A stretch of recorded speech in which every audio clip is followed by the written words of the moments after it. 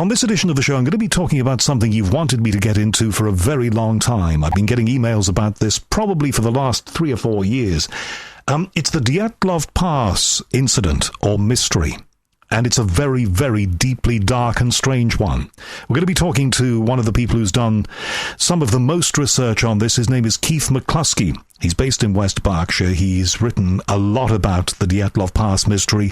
He's also been to the location, which is a great benefit, I'm sure, for him as an author to have actually been there and seen it for himself. If you haven't heard about it, and I must admit until recently I hadn't, it is the case from 1959 of a group of young hikers, ski hikers, who died in very strange circumstances in the northern Ural Mountains of Russia.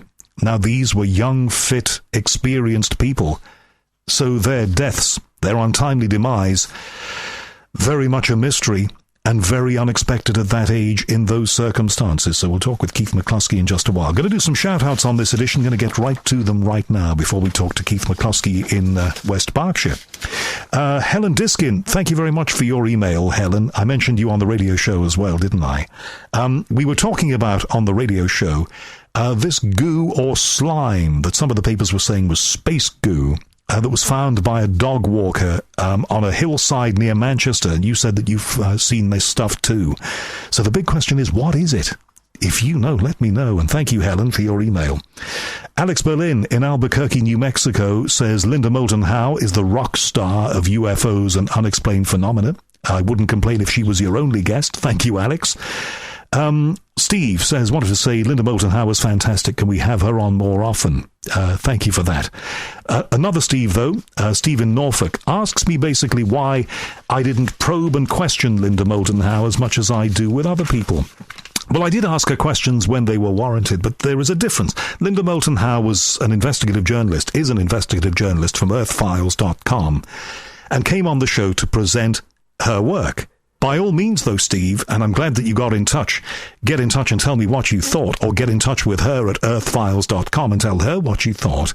But that is why I didn't put Linda under the microscope that I would put somebody who was, a primary researcher making claims for a book that they've published or something like that. Linda is a different kettle of fish, and she appears, as you know, regularly on American radio and presents the work that she does.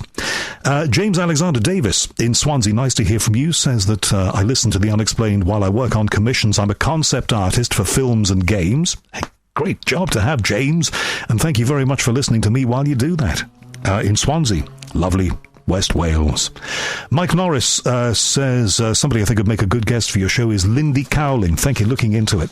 Mary Jo in Canada is happy that I talk these days a lot less about the UK weather. Now, funny, we researched this, and when we did, we found about 75-80% of people liked me talking about the weather in the UK, and 20% of people didn't.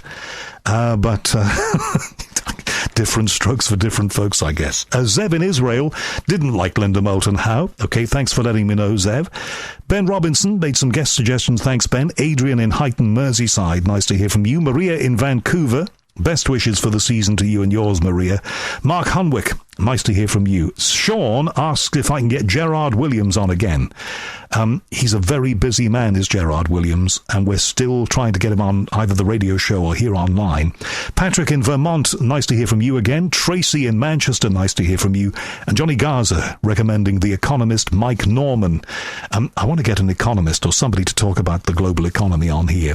Because, there are people saying that it's going to go to hell in a handcart during 2017. We'll find out. Right, let's get to the guest on this edition, the Dyatlov Pass Incident. And the man we're going to be talking with in West Berkshire is Keith McCluskey. Keith, thank you very much for coming on the show. Thank you very much for inviting me, Howard. And how is rural West Berkshire as we record this? Great, as always. Miserable and wet. Ah, yes, but you've got clearer air than we've got in London, so it can't be too bad. Now, I've had a lot of requests from many, many listeners to cover this particular topic. It is something that seems to have grabbed their imagination, and I guess any incident where a bunch of young, fit people meet their end in mysterious circumstances is going to prompt that kind of interest, I would have thought. Yeah, definitely. The other thing about it is there's so many theories as to how they died. It really is because no single theory answers all the questions. So I think that's why it's grabbed people's imaginations. The thing is, it's always been a pretty well-known story in Russia and the Soviet Union as it was then. But it's only come to prominence in the West, probably in the past 8 to 10 years, if that. And why do you think that is, Keith? Is that because of the veil of secrecy, the veil of misinformation, disinformation, and no information that we had during the Soviet era? Certainly, I think so. It was, although it was well known in Russia, it wasn't that well known because, the Soviet Union was a place where, bad news was never particularly welcome. This case did come to prominence and people would talk about it because so many people got to hear of it in what was then Sverdlovsk in the Urals, just east of the Urals. But it's become pretty well known in Russia up until the end of the USSR, and the files weren't accessible in those days. They only became accessible with, if you like, the perestroika and the fall of the Berlin Wall, that people were able to access the files, which were held in Yekaterinburg as it is now. So it's the story started to become known much wider, and Rennie Harlin, who was a Hollywood film director, did a film called Dyatlov Pass. It didn't receive particularly good reviews, but that helped to spread the word about the story a bit more. It is remarkable that how many years will it be? It'll be 58 years as we enter 2017 that this happened.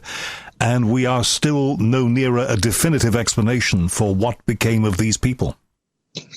Well, the thing about it is there probably is an explanation, but what people believe is that the authorities in Russia are withholding that information, because anybody who looks at this story, you cannot come up with an answer that answers for every question because of the nature of the injuries to them and the circumstances surrounding where they were found, because this happened up in a very remote area. Half of the group were supposedly had died of hypothermia. The other half were found with horrendous injuries, which were likened to being a car crash, but without external marks on the bodies. So if they'd all died of the same type of injuries, you could probably start narrowing it down. If they all died of the cold, you think, well, something drove them out. And, you could probably arrive at some kind of hypothesis or theory as to how they died of the cold. If they all died of awful injuries, car crash type injuries, you could say, well, obviously something mechanical happened here and killed them all, possibly a blast, which is one of the theories. But the strangest thing of the whole story is they were camping on a mountain, on a ridge by a mountain, and something frightened them so much that they slashed their way out of the tent and went down the mountain to get away from it. Okay, let's not leap ahead of the story too far, because we need to know about these people, this group of 9 people, led by a 23-year-old who seemed to be particularly savvy, particularly fit, but then they were all fit. They were fit young people who were up for an expedition in an area. First of all, talk to me about the area, and then talk to me about the people. Okay, well, it took place in the northern Ural Mountains. It was in winter. The actual event happened on the night of the 1st and 2nd of February 1959. The area itself, it's where Siberia starts, basically, that side of the Urals. So it gets very cold in winter. You get snow drifts up to 12 feet, constant snowstorms. So it's a very harsh environment in the winter. The actual Urals themselves, when I say they were found in the mountains, people tend to think of mountains like Everest or the Matterhorn or whatever. They're not. They're more gentle mountains. They're more undulating. What they were doing was you would probably describe it more as orienteering or hiking, but which required a very high level of fitness. They weren't using climbing tackle or anything like that because the slopes are fairly gentle, but they were using skis. It was really a test of their fitness and, if you like, they called it ski tourism. That's what it's known as in Russia. Over here, in the present day, ski tourism is where you pack all your stuff, you fly down to Val d'Isere or you go to Vail in Colorado, and basically you have a good time for 2 weeks and throw in a bit of skiing. But it was nothing like that. It was something that demanded a very high level of physical fitness. Now, I studied Soviet politics when I was at university as one of my courses, and I was lucky enough to study under somebody who was an expert on the regime and had actually had, personal experience of it. Back in the day when it was the Soviet Union, it was a communist regime. And the one thing that we frequently talked about was the fact that young people of this kind inevitably would probably have been tied up with the party or something official in some way. As far as you know, Keith, was that the case with them? It certainly was. They were all good young communists. They were outstanding, if you like. They were perfect examples of young Soviet men and women. The one character in the group who stands out from them was Semyon Zolotarev. He was much older than the rest of them. He was 30. It was actually his 38th birthday, I think, the night that they died. But he was different to the rest of them. He was fit. He'd worked as an instructor. He'd been in the Altai Mountains. And there's a lot of, there's conspiracy theories as to why because he wasn't a student like the rest of them. And they weren't all students either, but they'd all been students. And he had tagged along, if you like, to go on the trip with them. And is it thought that there might have been some reason behind that?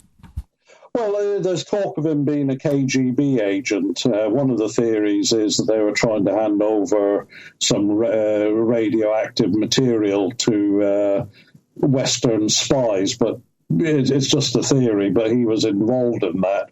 It's quite a convoluted theory, but why you would want to trek miles into the mountains to hand over, it was all under the auspices of the KGB. It'd probably be easier to do it on a street corner in the city than go to all that trouble. That's just my view of it.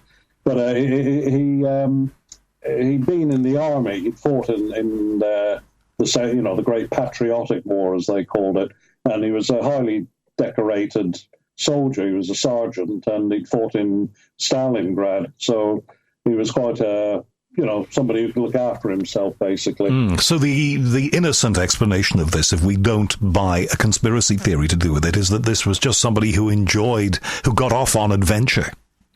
Exactly. And there is talk that he was a bit of a womanizer. Whether that's true or not, I can't say. But one of the thoughts is that there was two girls in the group, and that he was quite keen on one of them, Zina, who had been she was actually romantically involved with the group leader, Igor Dyatlov, but she had also been involved with another member of the group, Doroshenko, before him. She was a very attractive and vivacious girl, and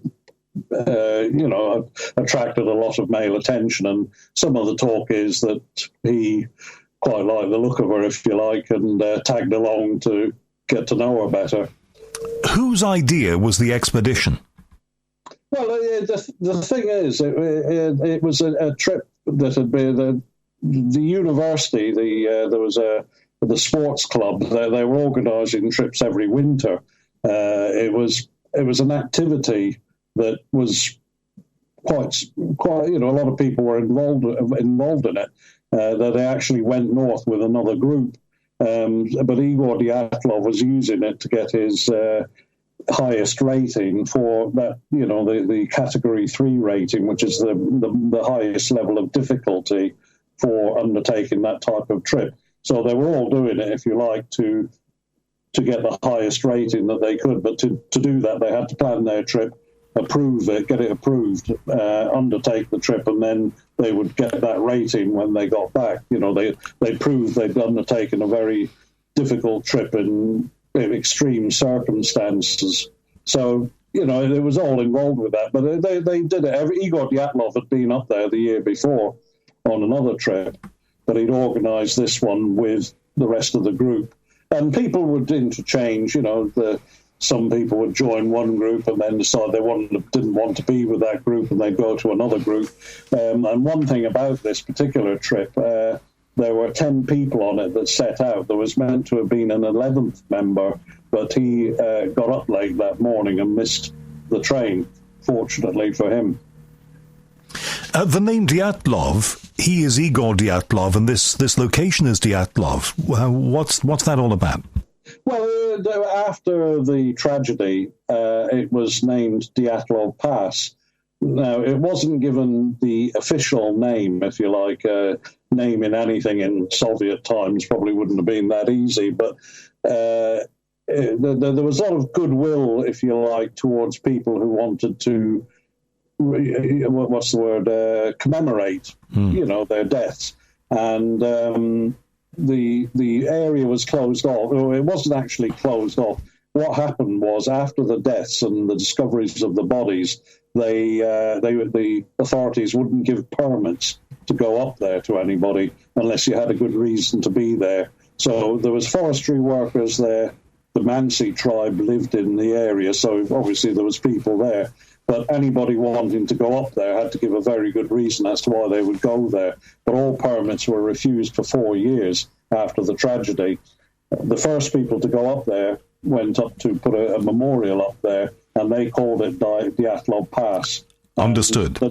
The name stuck, and it started appearing on maps after that. So the authorities were quite happy to go along with it. Now, this is a place that you and I would not choose to go even for the most adventurous kind of holiday, I don't think, because the conditions there, as we said, are incredibly harsh. You've got to know what you're doing if you go to a place like that. Now, in 1959, it was the era of Everest. Of course, Sir Edmund Hillary had surmounted Everest some years before that, so people were used to and equipped for this kind of thing. What kind of preparations did these 9 people make?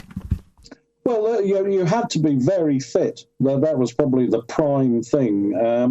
You needed a knowledge of surviving. I mean, basically what they were doing was surviving in the wild. Okay, they had a tent, they carried food with them, but you needed, to give you an example, I was up there in the summer last year, and I'm not a young man anymore, but my pack was 25 kilos. That's 55 pounds.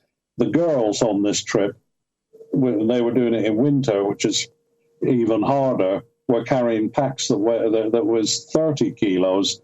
So they were carrying heavier packs than I was, 66 pounds. The men, the young men were carrying packs that were 40 kilos, which is 88 pounds. So you had to be extremely fit. And it was a test of fitness and endurance. So you had to. They basically prepared themselves by taking enough food for the trip and anything that they needed to survive in those conditions. Describe the route and the way that they planned to tackle that route. Well, they headed north by train from Sverdlovsk. They went up to a town called Serov, which is about halfway up there. They were traveling 400 miles north of Sverdlovsk, and they changed trains at Serov, and then they went by train from there to a small town called Ivdel. From Ivdel, they spent the night in the train station there, and they took a bus to a small village called Vizhai, which is probably about another 18, 20 miles further north. From there, they took a lorry to a woodcutter's settlement, and from the woodcutter's settlement, they then went on foot or on their skis. They spent the night at an abandoned village there that had been used by geologists. But from there on, from that geologist village, it was hard going on foot. And the 10th member of the group, Yuri Yudin, was ill. He basically had quite a painful back, and the cold wasn't helping him, so he turned around. So we know everything they did through the eyewitness of Yuri Yudin up to that night that they were at the abandoned village, which had been used by the geologists. And although they have diaries, and they kept those diaries up until the last day, the last night, there's various conspiracy theories that the diaries have been altered to show different things and all the rest of it. But it basically just shows them making their way up to the mountain itself. Okay, and of course in this day and age, then people would be using video cameras and all sorts of things, but this is an era prior to all of that, and of course they didn't have, whatever technology we had in the West, they didn't quite have that kind of technology there, but nevertheless they were fit people and they knew what they were doing, as we've said. As far as you're aware then, when did it all start to go wrong? Could I just say, although they didn't have technology, they had cameras. There was 4 cameras with the group, and in my new book, there is evidence from a 5th camera. So they were taking pictures all the way, and that's what makes the whole story so poignant, if you like, or eerie, because they were taking pictures of themselves right up to the last night. Okay, well, that does make it very, very bizarre, because clearly if you're still taking pictures of yourself, your attention is not on any problem that you might have. So whatever happened from that, it would indicate that it was fairly sudden. I just want to say something to my listeners now. Thank you for bearing with me. We're making this conversation on Skype. There is a little bit of whining in the background, but I can hear what Keith is saying, so I hope you can bear with it too. And Keith, Skype is like that. But I don't know. I don't think you've got any equipment on in the background that's making a whining noise. I think it's just a digital artifact that we're hearing. Yeah. Okay, so we talked about trying to ascertain when things had gone wrong, and from what you just said, clearly a very late stage. Yeah, they camped at the foot of the mountain on their penultimate day, if you like. The mountain they were at, there's various names for it. At the time, it was called Elevation 1079 on all the maps, which is the height, of the mountain in meters. They've remeasured it since. It's now 1096, but that's by the by. But there's a tribe in the area, the Mansi tribe. Their name for it was, and I don't speak Mansi, but Kolatsiakal, which is the nearest you can get to it in Roman, in our, try and speak it phonetically. But they called it Kolatsiakal, which means dead mountain. It has been called Mountain of the Dead, which is not quite correct. But Dead Mountain, they referred to it as that, not because of anything sinister about it, but the Mansi were reindeer herders and hunters, and they had names for everything around their area, the geographical names, and they were indications of, if you like, Dead Mountain basically meant that there was nothing grew there, and to avoid it in the winter, it was not good for herding reindeer. They couldn't eat anything up there. The actual destination of the Dyatlov group was Mount O'Torton, which in their language means don't go there. But that could be taken as a sinister type of warning as well, but all that meant was, in their local language, was it's a very difficult place to get to in winter and best avoided. So, that's how the mystique partially is built up of it. I could say also that the Russian Dyatlov theorists now call Kolatsiakal, or Dead Mountain, is now known as Mountain of the Nine, in memory of the 9 people who died there, the members of the group. It is a difficult expedition. It's an area that not just anybody would go to. But as you said, and as we said a few minutes ago, they were still taking pictures. The expedition was on course by the sounds of it. One person through illness had to return, and that's why we know some of the detail of what happened prior to their demise. What happened then? Well, this is where it starts to get a bit convoluted, because they had camped at the base of the mountain in the trees and by a small river there. It's not known why they went up onto the mountain. Some people think it's because Igor Dyatlov wanted to give them, if you like, a bit more difficulty by going up onto the mountain rather than continuing on the journey at the base of the mountain to go around it, to go to Mount O'Torton, which was their final destination. So people were thinking that he went up that mountain, which is quite steep, the way that they approached it, and camped up there just, if you like, to give a little more hardship and a bit more training, if you like, to what they were doing. So that happened on the night of, on the morning of the 1st of February. They packed up everything. They left a small cache of food, spare skis. They had a mandolin with them. They left all those at the base of the mountain with the intention of coming back to it, so they didn't have to carry it up there and carry it up the following mountain. So anyway, they got up there and the sun was starting to set. There's photos of them going up the mountain in a line taken from their cameras, and there's photos of them digging out the snow to pitch their tent just as the sun is setting, and they were pitching the tent in falling snow. Up to that point, really, other than those photographs, nobody can say exactly what happened, because a couple of hours, at least 3 or 4 hours after the last photos were taken of them pitching their tent, something happened that made them slash the side of the tent in a panic. And people say they ran out, but what the footsteps showed was they slashed the side of the tent to get out, and then they all made their way down the slope of the mountain, down to the tree line, which was a distance of about a mile.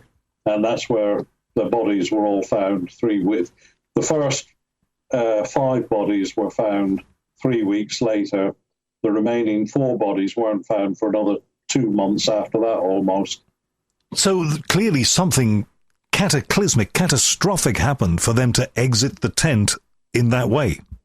Well, it must have been something that terrified them, because to slash the side of the tent, it was their area of safety, if you like. They were using it to keep warm and sleep in. Once they destroyed that, they had no shelter at all. So whatever happened so fast and must have been so life-threatening that they just literally tore their way out of it to get away from it. And that's the real start of the mystery, of course, is why did they do that? People might say, well, why didn't they go out the front of the tent? But the old Soviet tents were made of thick canvas, and the front of the tent was, they used buttons which had covers over the buttons, so you were having to pull the canvas cover back to unbutton it. So that would obviously take time. So that sort of suggests that something either was inside the tent or was using some kind of force that they didn't have to get into the tent. That's possible. When they examined, a seamstress looked at the tent, and she said that it had been cut from the inside.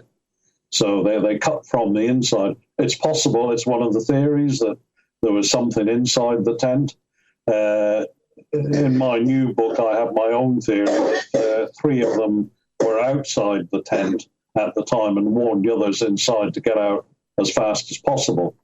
But it doesn't explain the footsteps leading down the side of the mountain. With the ones that all of them had no shoes, or some of them had socks on, some of them were in bare feet. which is even more inexplicable because the temperature was minus 27 degrees and it was thick snow. Are you aware of the work of David Paulides on missing people? Because one of the factors for people who go missing in woodland and remote locations, they very often discard their shoes. Well, that's called well, I don't know about the shoes, but what people have talked about is paradoxical undressing, which is where you take your clothes off because the way hypothermia affects you. You know, I know David Paulides and his work. Sorry, I don't know him personally, but I know of his work. But it happens when people are dying of hypothermia, they start discarding their clothes. That's not really what happened in this case. So they were all. So something would have terrified them to the point where they acted counterintuitively. They knew what was right in that terrain and in those conditions, but something put the fear of something else into them, and they acted, as I say, counterintuitively. They didn't do the right thing. Well, they must have been in fear of their lives. You would have been leaving your only place of safety with nothing on your feet, most of them. To go out in those temperatures, I've never been in minus 27, but I mean, it was minus 6 here the other day, and that was freezing, but I wouldn't even begin to think of what it would be like to walk in my bare feet in thick snow in those temperatures, because you're heading to your certain death. At some point, once they got over the shock of whatever had happened to them, they must have known they were heading to certain death. And obviously that was preferable to whatever had motivated them to behave like that. How and in what condition were they found? Well, this is the thing. It's... There's so many theories about what happened that you have to take it theory by theory almost. But what happened was when the search party arrived, they found the tent first, so all the searchers converged on it. But they expected to find them alive. They thought, well, they've obviously left the tent for some reason or other, followed the footsteps down. And the following day, they found the first 2 bodies. The first 2 bodies were found by the remains of a fire, and they were almost naked. And the fire had obviously long gone out, but they had been so cold and suffering from frostbite that they'd been putting their hands and arms and their legs into the fire to try and warm it up. To try and warm themselves up. So the cold was killing them. And obviously putting your feet or your arms into a fire and not feeling anything shows that they were close to death at that point. The reason they were found semi-naked was because the other members of the group, they must have died first. The other members of the group had taken clothes of theirs, to put on to try and keep themselves warm. Good Lord. So extraordinary circumstances. What was the reaction of the authorities to this? How did they react? What did they do? Yeah, well, could I come on to that in a minute? I'll just say what happened after the first 2 bodies were found. They then found the body of, that was the first 2 bodies found were Doroshenko and Krivonishenko. They then found the body of Igor Dyatlov and Zina, who was his girlfriend, in a line going. It looked as if they were trying to get back to the tent. They found them about 900 meters away, and they were probably about a third of the way on the slope. And on it was just a few days later, I think it was 10 days later, they found the body of Rustam Slobodin. All of them were under the snow, but they found his body, and he was between Igor Dyatlov and Zina, and all 3 of them were in a line. And what the autopsies showed on all their bodies, those 5 bodies, were that they had died of hypothermia. The next 4 bodies weren't found until the 5th of May. These are the bodies. Rustam was found on the 8th of March. So the search continued.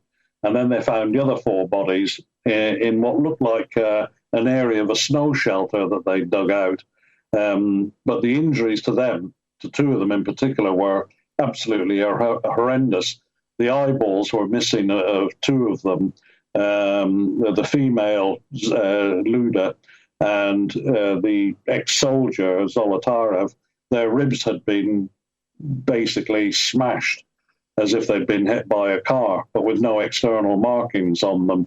And Luda's nose had been flattened as if she'd been punched so hard in the face that her nose had been smashed into her head.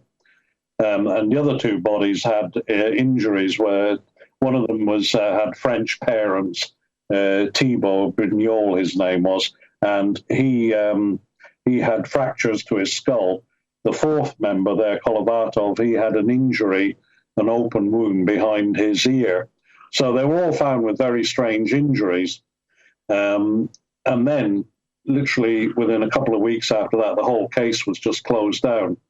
So what the authorities had done, they had appointed a prosecutor, which would be the equivalent of a British or American detective, to start investigating it from Ivdel, which was the nearest town to them, about 70 or 80 miles away. He was replaced by a guy called Lev Ivanov from Sverdlovsk, who is, if you like, a big city detective, probably with a bit more experience. He came to investigate it, then he took over the investigation. But after those four bodies were found, they were instructed to carry out radiation tests on some of the soil where they were found and on the bodies and their clothes as well. And there was beta radiation was found. So, and what would that suggest? What would beta radiation suggest in that area? Well, beta radiation, what they're saying is that the levels weren't high enough to have killed them, but the bodies had lain in a stream. The last four bodies were found in a stream. The thaw had started by May the 5th when their bodies were found. You can wash radiation out of clothes with running water, which is what they had been doing. But it was reckoned that the level of radiation was much higher because they'd been lying in the stream and that had washed the radiation away. But beta radiation can cause cancer. But where that radiation has come from, nobody knows. But it was an instruction from the authorities to check for radiation. So it adds yet another... I wonder why they would have wanted to look to that as an avenue. Well, it certainly adds... I mean, a normal policeman, a police detective, wouldn't find, all right, they've got strange injuries after the autopsies were done, but you wouldn't expect a police detective here or in America or anywhere else for that matter to say we'd better check for radiation. There was nothing to make you think of it. It was an instruction from higher authority. And before the investigation was closed down, before the lid was put on this, was it known whether there were any signs of a pursuit, of a chase? Well, there was no other footprints. That's the thing. The only footprints that were there were there 8. It was believed there were 8 to 9 footprints starting about 20 yards away from the tent, leading down the mountain to where they were found. But there was no footprints found around where the bodies were. The footprints petered out before they got to the tree line. So there was no footprints or animal prints, which is the other thing, in case people thinking, well, maybe they were killed by wild animals, but the way their bodies were, if they'd been attacked by a bear that had been woken up from hibernation, you would have expected limbs to be torn off or scratches, if you like, bite marks, but there was none of that. So there was no prints there at all other than their footprints. No, when things have happened of this kind that I've looked into, there have been 3 sorts of explanations for them. 1, cryptozoological, i.e. some kind of creature that we're not quite familiar with. 2, extraterrestrial, that it might have been something from space. 3, what were the government-backed military up to? Well, you've hit the nail right on the head. That is basically what it boils down to.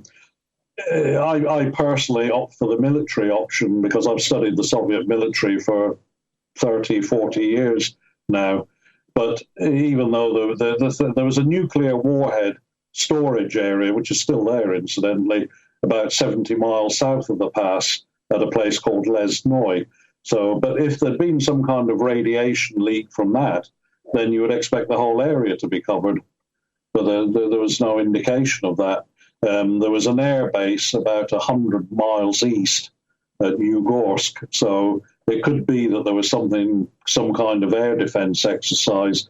What I put in my latest book is research that has been done on the negatives that were examined with a high-powered microscope, and it looks as if at least 3 of the cameras were photographing objects in the night sky that night. But just because they're photographing something in the night sky doesn't mean to say that's what killed them. But it's an indication that something may have been there.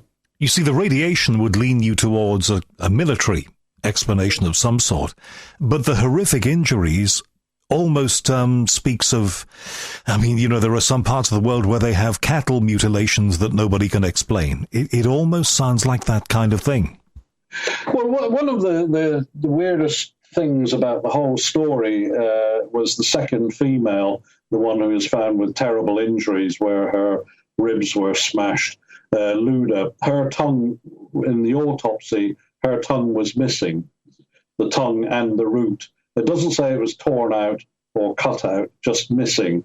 And that's one of the most hotly debated items of the whole story, because none of the others had any tongue missing. She was found in the stream, but so were the other bodies as well. There was 3 other bodies, but there was nothing about their tongues being missing. So there's a theory that her tongue was cut out. She was the most vocal and outspoken of the group, apparently. But again, there's no real answer for it. Now, the authorities, as you say, closed the lid firmly down on this. I can think of 2 reasons for why that might be, and they're at variance with each other. 1, the authorities knew what happened and didn't want it getting out. 2, the authorities didn't know what happened and didn't want to create alarm and despondency. Exactly. You hit the nail on the head with that as well. What happened was the the report on the radiation was dated the 27th of May, 1959, and the case was ordered to be closed down by somebody from Moscow on the 28th, the following day. And what about the families? If I was if I was a mother or father or some relative of one of these people, Soviet Union or no Soviet Union, I would probably leave no stone unturned until I got a few answers. Well, you must remember, you studied the Soviet Union yourself. It's not a place where you put your head too far above the parapet, but in my second book, I have given details of an interview, not that I carried, it was done with journalists, of the Lev Ivanov's boss. And he said that both him and Lev Ivanov had the parents sitting in front of them, calling them fascists and all sorts of names. And that he said he didn't know what to say to them. He felt bad, but he'd been based, both him and Lev Ivanov and the overall boss of the prosecutor's office there, Nikolai Klinov, they were told to say it was an accident. And the best thing they could come up with was an unknown compelling force. But they had the parents sitting in front of them, calling them all sorts of names and saying, what sort of people are you? It must have been very hard for them.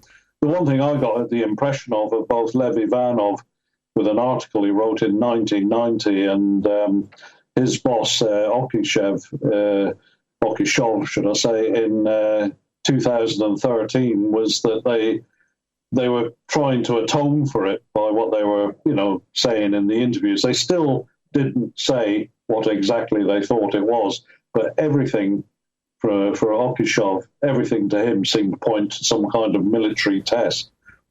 And when you went out there, Keith, did you have doors opened for you? Was it fairly transparent, or was it difficult to get information when you went out there?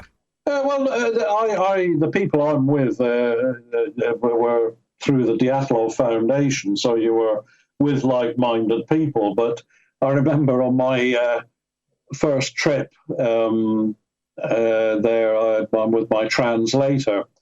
I thought, being a rather naive type of guy, I said to her, why don't we just go, because it was thought that the KGB have their own files, you see. So I said, well, it's a new Russia. It's now the FSB, it's called. I said to her, well, can we not make an appointment to go and see them? And, maybe have a discussion over it, meet somebody senior. They might have a public relations guy or something. Anyway, she just laughed at the suggestion. She said, you're wasting your time. And we were actually going to the other, because they're not all buried together in the same cemetery. Two of them are buried in another cemetery. We were on our way to that cemetery, and we passed the headquarters of the FSB. And my translator said to me, look at them. She said, can you imagine them inviting you in for a cup of tea? It was like looking at, well, I don't want to, somebody might hear this in Russia, I don't want to be too rude, but they weren't the sort of guys who you'd sit down and have a chat with, put it that way. Well, I understand your reticence to say any more, because you might want to go back and do some more research. Yeah. Okay, so a great mystery. And it's a mystery that cannot be expunged from the minds of the people there in Russia, I wouldn't have thought. How do people look back on this now? Well, there's two. So there seems to be two lines of thought in Russia itself. The older people, especially, their attitude is the military are here to protect us and look after us. Accidents happen from time to time. Why do you have to go digging it all up if it was an accident? What's the point? I mean, over here it's all about compo, of course, etc. But over there, the attitude is, let sleeping dogs lie, with some people. But of course, it's very hard to envisage any kind of accident that can have somebody having their tongue ripped out. No, well, absolutely. But I agree. That's true. But there is that line of thinking. But there's also, what I found with the younger people there is that I've spoken to about it is that it happened a long time ago. What's the harm in opening up the files, and clearing this up once and for all, and putting people's minds at rest? And there is a strong line of thinking that way. But you'll probably know yourself. There's a lot of new legislation in Russia now about talking anything to do with the military. I give the example in my book of a guy who'd worked for the GRU, who was sentenced to 40. He'd left the GRU, and he thought his work on satellites would enable him to get a job in Sweden. And he'd been 5 or 6 years out of, after he'd left his employment with him, and he sent his CV to Sweden, to a Swedish company, and they got to the ears of the FSB. He was taken to court and sentenced to 14 years, for divulging military secrets, if you like. It was reduced on appeal to 6 years, but it still stands. So even if there are people who do know, you can understand their reluctance to talk. You've done a lot of research and done a lot of writing about this, Keith, and it's all commendable. You know so much about this. Is there much further you can go? Well, there isn't, because, there's Valentin Yakimov. He knew the Dyatlov group, and he's done a lot of research. He did the work on the negatives, and he's allowed me to use them in my book. Now, he's dug as deep as anybody. I mean, there's plenty of people have been doing digging, but you can only go so far. The files that have been opened for public consumption in the in Yekaterinburg. There's a lot of people say, well, that's not the original file. We do know that the gentleman who turned up from Moscow at the end took away the original file with him. So whether that came back, but it's highly debatable. And people have written to President Putin about it. And there seems to be a stock response that it goes in a big circle. You write to President Putin to say, can you use your influence to clear this matter up once for all? It goes back to the prosecutor's office in Yekaterinburg. a standard reply then gets sent out and saying this case was closed in May 1959, and until further evidence comes to light, it'll remain closed. There's no reason to reopen the case. So by the sounds of it then, Keith, the only ones who will, in the absence of any other diagnostic tool or new evidence or whistleblower, the only ones who know what really happened were those poor 9 people who perished in that bizarre way. Basically. And I believe if it was a military accident, I don't think it was done deliberately. I think it was an accident, and it wasn't found out till afterwards. But and don't forget that people who were, I don't know, in their 20s, 30s, 40s in those days are now either dead or old men, so the actual eyewitnesses to it are passing away now, who may have been involved in it. So it's all going to pass into history, and all that you'll be left with is possibly a file somewhere. The only time I think that this might have been really solved was when Yeltsin took power, because he had been at the same university at UPI that the Dyatlov group had been at. Obviously, he was there later, but he was a big fan of ski tourism. And Yeltsin was he wanted to be open, and, he wasn't trying to hide things. He was the only hope that, the case might have been solved, I think. You never know, maybe further down the road. I don't think it's going to happen anytime soon, though. Should have asked you this at the beginning, but let's ask you it at the end. What is the enduring fascination of this for you? Why have you taken your research as far as you have? Well, I hate not being there. To me, it's a problem that has to be solved, and I just cannot get to the bottom of it.